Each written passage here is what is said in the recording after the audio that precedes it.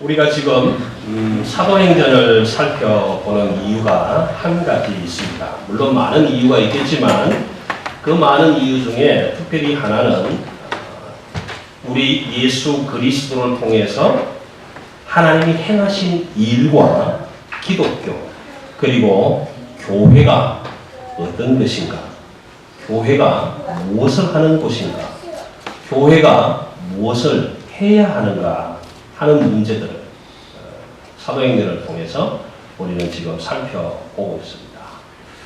예수 그리스도의 복음, 기독교, 교회.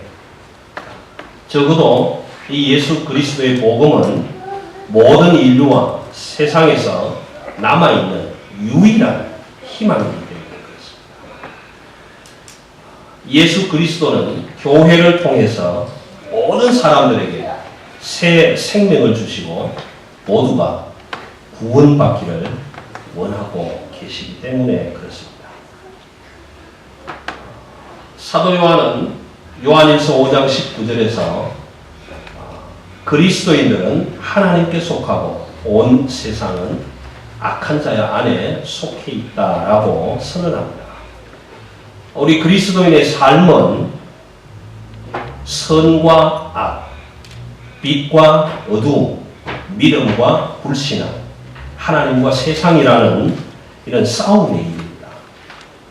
싸움이라고 표현해서 죄송하지만 그리스도인의 삶은 영적 전쟁의 삶인 것입니다.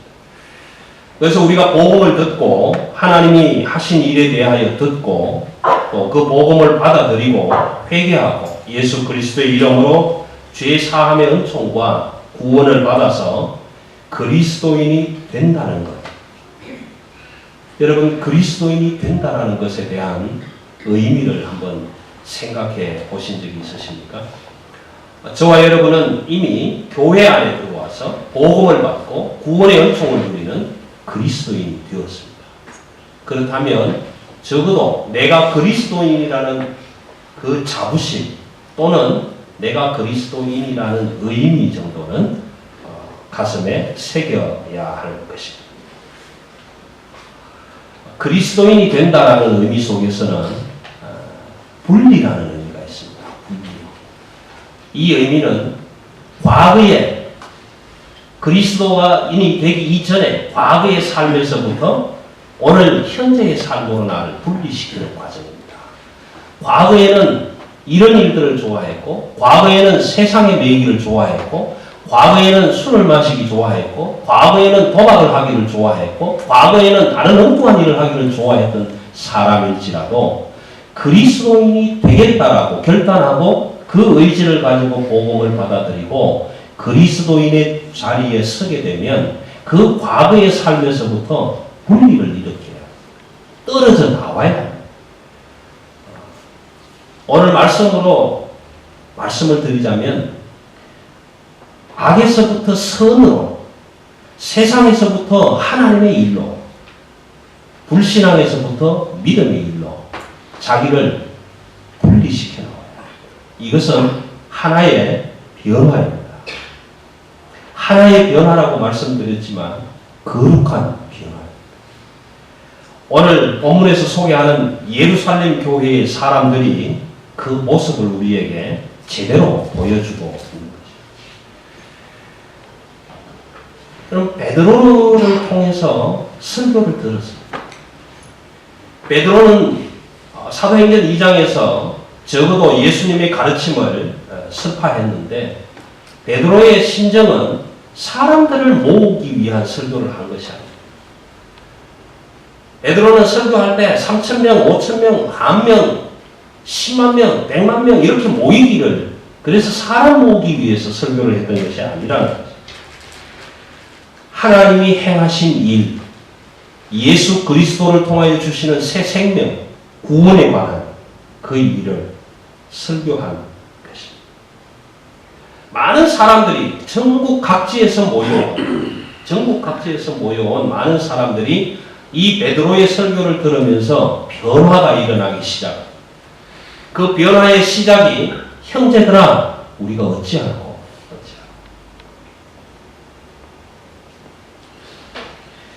예루살렘 사람들의 변화.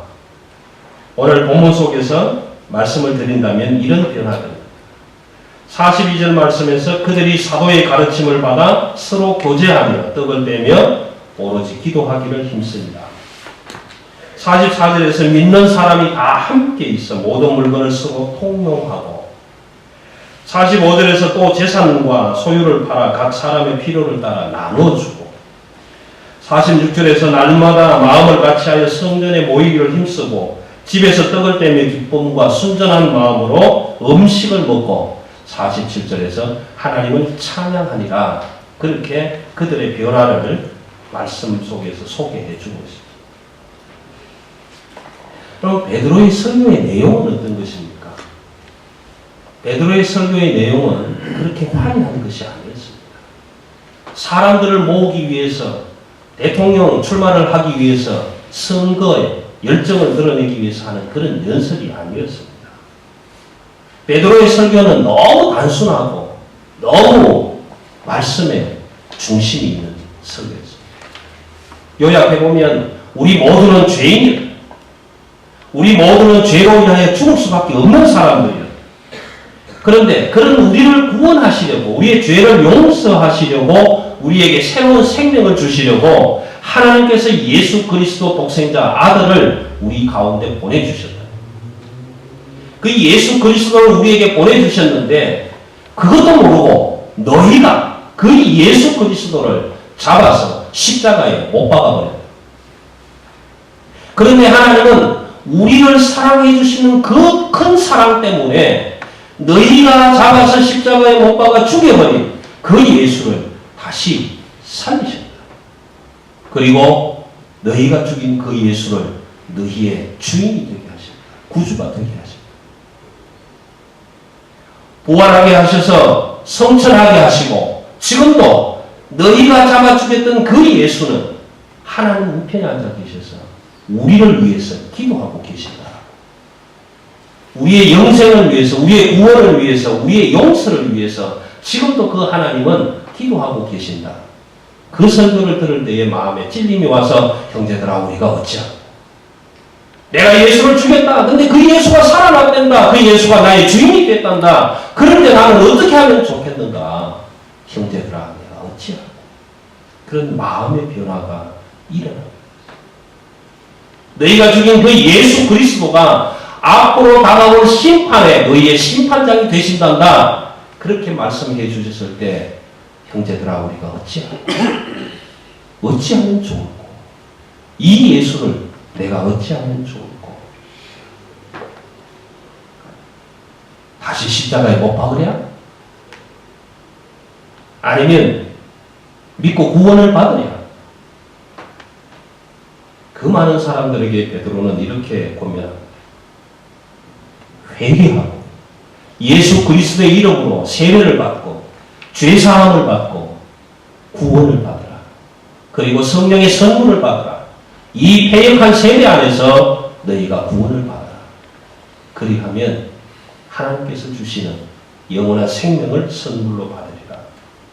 그렇게 초청했어요. 많은 변화들이 47절까지 소개되지만 오늘 두 가지만 말씀을 드리고 싶습니다.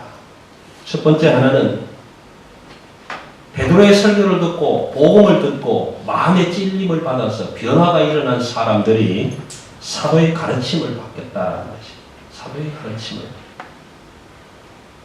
여러분 이 사도의 가르침, 베드로의 가르침은 예수 그리스도께서 계시해 주신 하나님의 말씀의 내용입니다. 베드로는 이것을 가르치고 요한은 저것을 가르치고 마태, 마가, 누가는 다른 것을 가르친 것이 아니라 사도들의 가르침은 예수 그리스도를 통해서 계시받은 가르침을 받은 똑같은 내용을 말씀해 주셨다는 것입니다.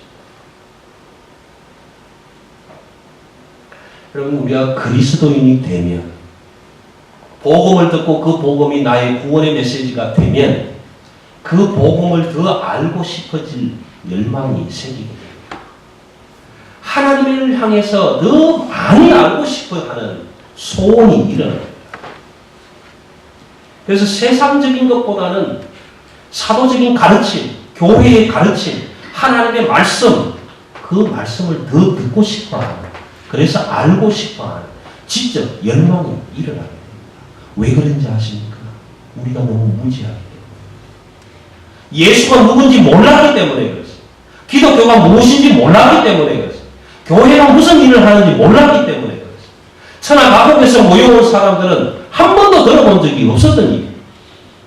그런데 베드로의 설교를 통해서 그 일을 자기 나라 말로 확연하게 듣게 됩니다. 마음에 찔림이 일어났어. 아, 이게 무엇인가? 도대체 어떻게 이런 일이 일어나는가? 더 알고 싶은. 하나님이 무엇인가? 영생이 무엇인가? 구원이 무엇인가? 성령의 선물이 무엇인가? 더 궁금해지. 그래서 이들은 성전의 날마다 모이기를 힘썼습니다. 성전에 올라와서 사도들의 가르침을 받기를 원했습니다. 여러분, 그렇다면 이 사도들은 다른 것을 가르칠 수 없잖아요. 그들이 보고 듣고 배우는 것을 가르칠 수밖에 없잖아요. 그래서 요한은 그렇게 고백하지 않습니까? 내가 너희에게 이것을 쓰면 우리가 보고 듣고 만지고 눈으로 확인하는 거다.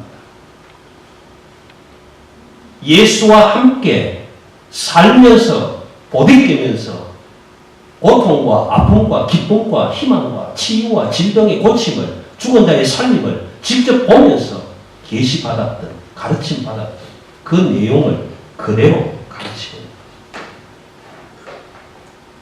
너무 궁금하지 않습니까? 어떻게 해서 이런 일이 일어나요? 너무 궁금해요. 그 궁금증을 풀기 위해서 오늘 변화를 일으켰던 3,000명의 교회에 되어진 신도들이 날마다 성전에 올라와서 사도의 가르침을 받기를 원했다는 것이죠. 교제하고 떡을 떼기를 원했습니다. 여러분, 교제는 우리가 예배 끝에 악수하고 인사하는 이런 교제가 아닙니다. 예수 그리스도에 주시는 새 생명, 구원의 생명줄로 꽁꽁 묶어진 한 가족의 교제입니다. 어떤 분들은 방문을 닫고 잘 수가 없다고 합니다. 아이가 밤에 꿍꿍대는 소리를 혹시라도 놓칠까 봐서 방문도 열어놓고 자야 되는 사람들이 있다. 그런 만큼 우리는 항상 자녀들에게 관심을 가지는 예수 그리스도의 생명, 그 생명으로 묶여진 사랑의 줄로 매여진 한 가족, 한 공동체이기 때문에 일어나는 연합의 교제입니다.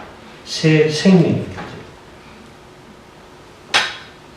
예루살렘 교회의 사람들은 하나님에 대해서 더 알고 싶어서, 믿는다는 것이 무엇인지를 알고 싶어서, 구원의 은총이 무엇인지 알고 싶어서, 성령의 선물이 어떤 것인지 배우고 싶어서 믿는 사람들과 늘 함께 모여있기를 원했어요.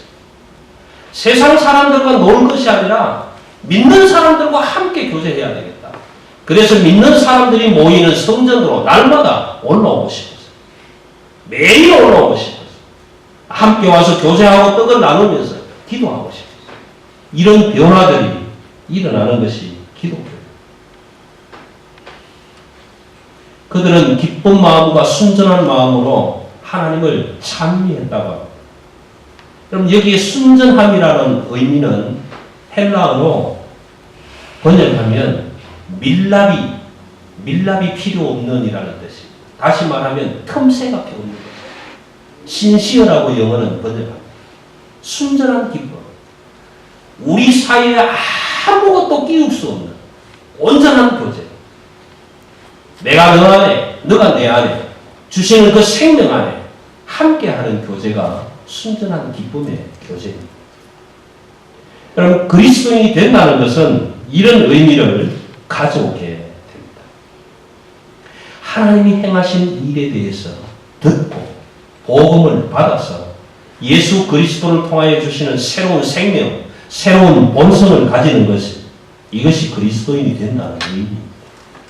그들만의 새 삶이 시작되는 것, 변화가 일어나는 것, 이것이 그리스도인이 된다는 의미입니다. 그러면 성경은 개혁을 의미합니다. 영어로 하면 revolution, 혁명입니다. 우리가 세상에서 말하는 개혁과 혁명은 무언가를 다른 것으로 바꾸려고 하는 의미를 가지고 있지만, 성경이 말하는 개혁, 성경이 말하는 변화, 예수 그리스도를 모르는 사람이 예수 그리스도를 믿고 나의 주 나의 하나님으로 받아서 구원받은 은총의 대열에 서는 사람들, 그 사람들에게서 일어나는 개혁이라는 것은 성경으로 돌아가는 것입니다. 교훈으로 돌아오는 것입니다. 저는 이 말을 자주 사용합니다. 표현이 좀 낯설더라도 양해하시면 좋겠습니다. 예수를 모르는 사람이 예수를 만나서 내가 예수의 사람이 되었다고 한다면 개혁이 일어나야 되는데 이 개혁은 성경으로 돌아가는 것이고 교회로 돌아오는 것입니다. 이것을 저는 품종개량이라고 종자개량이라고. 여러분 저는 65cm밖에 안 됩니다. 1m 65. 저희 집 사람은 1m 63. 저희 집 사람의 결혼 소원은 키 큰 사람이었습니다. 제 소원은 키는 안 커도 좋습니다. 그러나 2세가 컸으면 좋겠습니다. 여러분 이런 개혁입니다. 종자개량입니다. 품종을 바꾸는 겁니다. 하나님의 사람들은 세상에 있는 사람들이 하나님을 믿고 받고 그래서 구원의 은총을 받아서 일어나는 변화는 제품이 바뀌어야 돼요. 여러분 사도행전에서 소개하는 42절에서부터 47절까지 소개하는 예루살렘의 교회, 하나님의 행하신 일을 듣고 마음의 찔림을 받아 변화된 사람들의 그 변화의 모습 한번 비교해 보십시오. 저와 여러분의 모습과 얼마나 다릅니까? 오늘 이 교회와 예루살렘 교회의 모습이 얼마나 다릅니까? 그럼 예루살렘 교회의 성도들은 날마다 주의 성전으로 모이기를 힘썼습니다. 사도들의 가르침을 받기를 힘썼습니다. 그래서 뭔가 더 알고 싶어 했어요. 오늘 이 시대의 교회는 주일만 빼고 모두가 세상으로 나가기를 원합니다. 교회는 주일날만 가도 돼. 아니 그것도 1시간도 너무 길어. 설교는 15분만 해도 될 거야. 빨리 끝나야 돼. 빨리 끝나고 다른 데 가야 돼. 여러분 우리의 모습은 개혁이 아니라 도로 세상으로 돌아가고 있는 모습. 오늘 예루살렘 교회와 이 시대의 교회는 너무 달라요. 저와 여러분은 그리스도입니다. 예루살렘 교회의 사람들도 그리스도입니다. 똑같은 그리스도입니다. 그들도 같은 가르침을 받았습니다. 우리도 사도의 가르침을 그대로 똑같이 받고 있습니다. 그들도 성경의 가르침을 받았습니다. 우리도 성경의 가르침을 받습니다. 똑같은 가르침을 받고 똑같은 메시지를 듣고 똑같은 경험을 하고 체험을 했습니다. 그럼에도 불구하고 예루살렘 교회 공동체의 사람들은 날마다 믿는 사람들과 함께 있기를 원했고 날마다 성전에 모이기를 원했고 날마다 함께 기도하기를 원했습니다. 오늘 이 시대의 교회하고는 너무나 다른 모습 아닙니까? 마틴 루터는 종교개혁을 했습니다. 여러분 종교개혁이라는 것은 종교를 뒤집어 바꾼 것이 아니었습니다. 구교가 저지르고 있는 수많은 잘못된 교리와 행위와 관습 때문에 이건 아닙니다. 마틴 루터가 내건 주된 핵심이 무엇입니까? 성경으로 돌아가다. 교회로 돌아가다. 오늘 그리스도인들 안에서 적어도 그리스도인이 되어서 그리스도인이라고 자부할 수 있는 저와 여러분이라면 우리 안에 개혁이 일어나요. 제품을 바꾸고 싶어하는 마음이 일어나요. 하나님 보시기에 좋은 제품을 만들어야겠다. 과학만이 아닙니다. 씨 없는 수박만이 아니에요. 오늘 이 시대 속에서 살아가는 그리스도인들이 교회로 돌아오고 성령으로 돌아가야 할 품질 개혁을 이렇게 가야 해요. 왜 그런지 아십니까? 복음이, 교회가, 기독교가, 예수 그리스도가 이 시대의 그리스도인이 세상에 남아있는 유일한 희망이기 때문에. 여러분 교회가 없어지고 그리스도인이 없어지고 복음이 사라진다면 희망 없습니다. 오늘 예루살렘 교회는 이런 개혁의 모습을 우리에게 가르쳐주고 있는 것입니다. 저는 한 번도 해보지 않았던, 평생에 한 번도 해보지 않았던, 생각조차도 못 해봤던, 그래서 기쁨과 순전함으로 떡을 떼며 하나님을 찬양합니다. 지금 교회와 세상과 비교해봐서 세상이 좋은 것이 많고 세상이 나를 부르지만 그래도 나는 지금부터는 나를 세상과 분리시킬 거야. 믿는 사람들이 모여있는 교회로 성전으로 날마다 찾아와서 새 생명에 대한 갈망을 가지고 사도들의 가르침을 배우고 성령의 선물과 구원의 은총을 사모하는 열정을 가지고 기쁨과 순전함으로 하나님을 찬양합니다. 여러분 묻고 싶습니다. 저와 여러분의 가슴에 오늘 예루살렘 공동체에 일어난 이런 그리스도인이라면 저와 여러분이 같은 사도의 가르침을 받은 이 시대에 희망으로 남아있는 예수의 사람들이라면 우리 가슴 속에 이런 열망이 있어야 됩니다. 나도 사도들의 가르침을 받아야 돼. 나도 새 생명에 대해서 더 알아야 돼. 나도 하나님에 대해서 더 많이 알아야 돼. 성경을 많이 읽어야 돼. 묵상해야 돼. 세상의 좋은 것들 이제는 좀 끊어내버리고 교회로 올라가야 돼. 성경으로 돌아가야 돼. 그런 열망이 우리 안에 일어나야 돼. 이런 열망이 일어날 때 예수 그리스도로부터 주시는 새 생명이, 새 본성이 역사하게 되는 거죠. 예루살렘 교회는 이런 변화를 가져옵니다. 여러분 어떻습니까? 물론 제 설교가 베드로의 설교에 비교할 수도 없어요. 견줄 수도 없어요. 그러나 하나님의 말씀을 통해서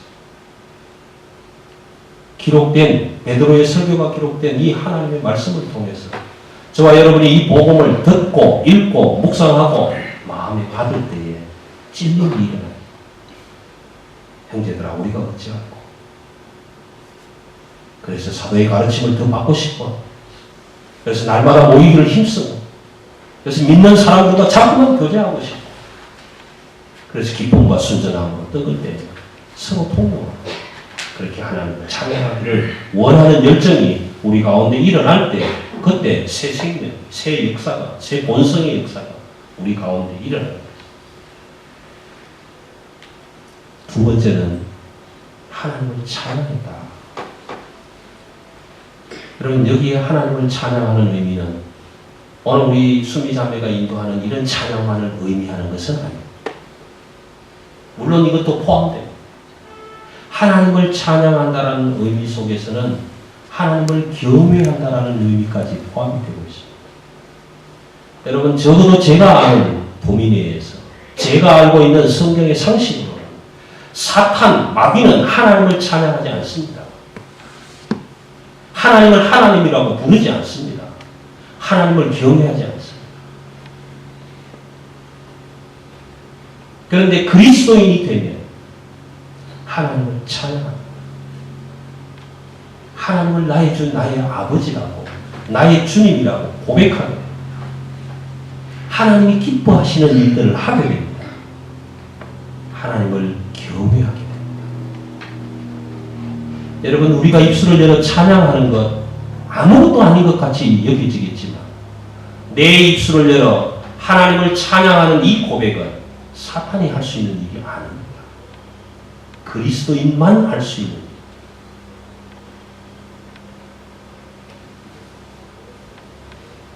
여러분 가끔 집회에 가면 손뼉을 치며 찬양합시다. 두 손을 들고 찬양해 봅시다. 우리의 마음을 다 드립시다. 인도자들이 그렇게 하고 손을 들고 손뼉 치고 찬양하면요. 여러분 손 올리는 거 지금 제가 그 말 안 하고 손 올리는 거 다 들어요.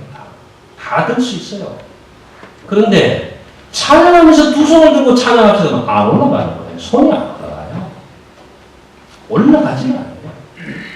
그런데요, 하나님을 정말 경외하며 찬양하는 사람들은 올리지 마라 그래도 올려요. 왜 그런지 아세요? 이게 남보라고 올리는 게 아니에요. 내 모든 것을, 내 전부를, 내 삶을, 내 생명을 하나님께 드리겠습니다. 표현하는 신앙의 고백이에요. 이 찬양하는 신앙의 고백을 사탄이 할 수 있습니까? 못합니다. 안 합니다. 그런데 그리스도인들은 찬양. 왜요? 마음의 변화가 일어나고 새 생명이 들어오고 새 본성이 우리 안에서 역사하기 때문에 그렇습니다. 오늘 예수 그리스도를 통해서 주시는 이런 새 생명, 새 본성이 저와 여러분의 가슴에 복음을 듣고 복음을 받아들일 때에 찔림으로 와서 형제들아 내가 어찌하고 지금까지 나는 이 예수를 믿지 않았네. 나의 주인이라고 보내주신 이 예수를 내가 십자가에 못 박고 있었네. 내가 죽여버린 그 예수를 하나님이 다시 살려내셨다네. 살린 것까지는 좋은데 그 사람을 나의 구주로 보내셨다네. 내가 심판자리에 있을 때 그분이 나의 심판장이라고 하신다네. 나는 어찌할꼬? 내가 이 예수를 어찌할꼬? 또 죽일까? 아니면 믿고 구원을 받아야 돼. 여러분, 저와 여러분의 가슴 속에 예수 그리스도를 통하여 주신 이 새 생명, 새 본성의 역사가 싹 터지기를 기원합니다. 말씀을 읽고 듣고 묵상할 때마다 말씀은 이런 것이구나. 그래서 세상의 좋은 것들 좀 내버리고 이제는 믿는 사람들과 함께 교제하고 싶은 마음이 불일듯 일어나기를 원합니다. 사도의 가르침을 더 많이 받고 싶은 마음이 일어나기를 원합니다. 여러분, 찬송가 436장은 이런 내용으로 기록되어 있습니다. 나 이제 주님의 새 생명 얻은 몸, 옛 것은 지나고 새 생명입니다. 주 안에 감추인 새 생명 얻으니 이전에 줬던 것 이제는 가고 하늘의 은혜와 평화를 맛보니 새 생명 얻은 자 영생을 누리니 찬송과 기도로 주 함께 살리라. 날마다 주 함께 살리라. 여러분, 예수 그리스도가 우리에게 새 생명을 주시는 이 생명은 오직 영혼 구원입니다. 베드로의 설교 안에는 오직 영혼 구원에 관심이 있습니다. 사람 몸을 위하여 있습니다. 여러분, 이 시대 속에서 복음은 유일한 희망입니다.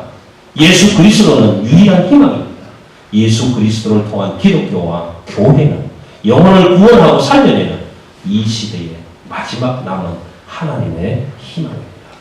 이런 교회가 저와 여러분의 가슴 속에서 날마다 일어나서 하나님의 풍성한 한 사람 한 사람의 교회로서 하나님께 영광이 되며 기쁨이 되는 하나님의 삶을 감당해 나가시는 축복 안에 거하시기를 주님 이름으로 기원합니다. 기도하십시오.